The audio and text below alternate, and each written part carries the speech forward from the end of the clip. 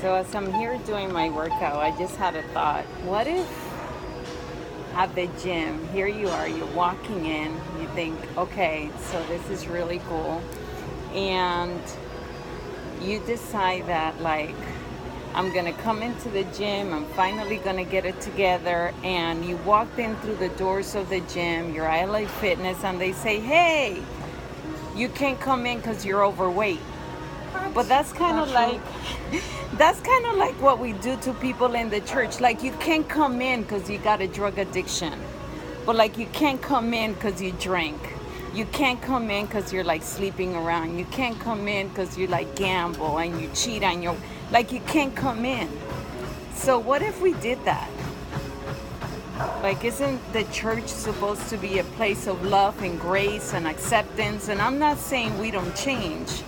That's not what I'm saying. Hopefully, the blood of Jesus does change us and delivers us. But what if the church expected us, like my shirt says, to be flawless? Like, who the heck? Like, only Jesus will be the one coming into our churches. Like, only He will be the only one allowed. But doesn't it feel a lot of times like that's how people judge us? Like, we have to have it all together and we have to be flawless. Like, there's just not such a thing, right? But that's how we feel. And I know I do. So tonight I was at a Celebrate Recovery, and I had not, if you know me, you know that that was part of my life for many years. And it's like, it's been 3 years, maybe closer to 4, not sure, but it was my 3rd week. And they're my peeps. I just love those people because there's nobody more transparent and more real than people in those rooms. And there's no judgment because we're all there because we're struggling. And it doesn't matter, like, we don't have it all together, and we're definitely not flawless, and we're not perfect, and we know it. But do you know it?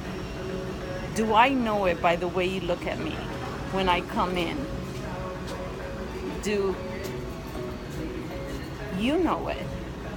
Like, does that teenage young girl know it when she walks in? That she's loved, that she's precious. I know when I came into a church as a single mom, I say I wanted to wear a sign right here. Hey, he cheated on me, that's why I'm divorced. Like, I so did not want to be divorced, right? I felt like I had to have a sign around all these perfect women, that some of them looked at me like I was there to take their husband, and the last thing I wanted was to be with a man. Like, what if the gym, and this is not even a church, there was an employee that walked and he said, no, that doesn't happen. A guy that works here, and I love him. He said, no, that doesn't happen. He doesn't know I'm doing this video. But what if he said, no, you're overweight and you can't come in?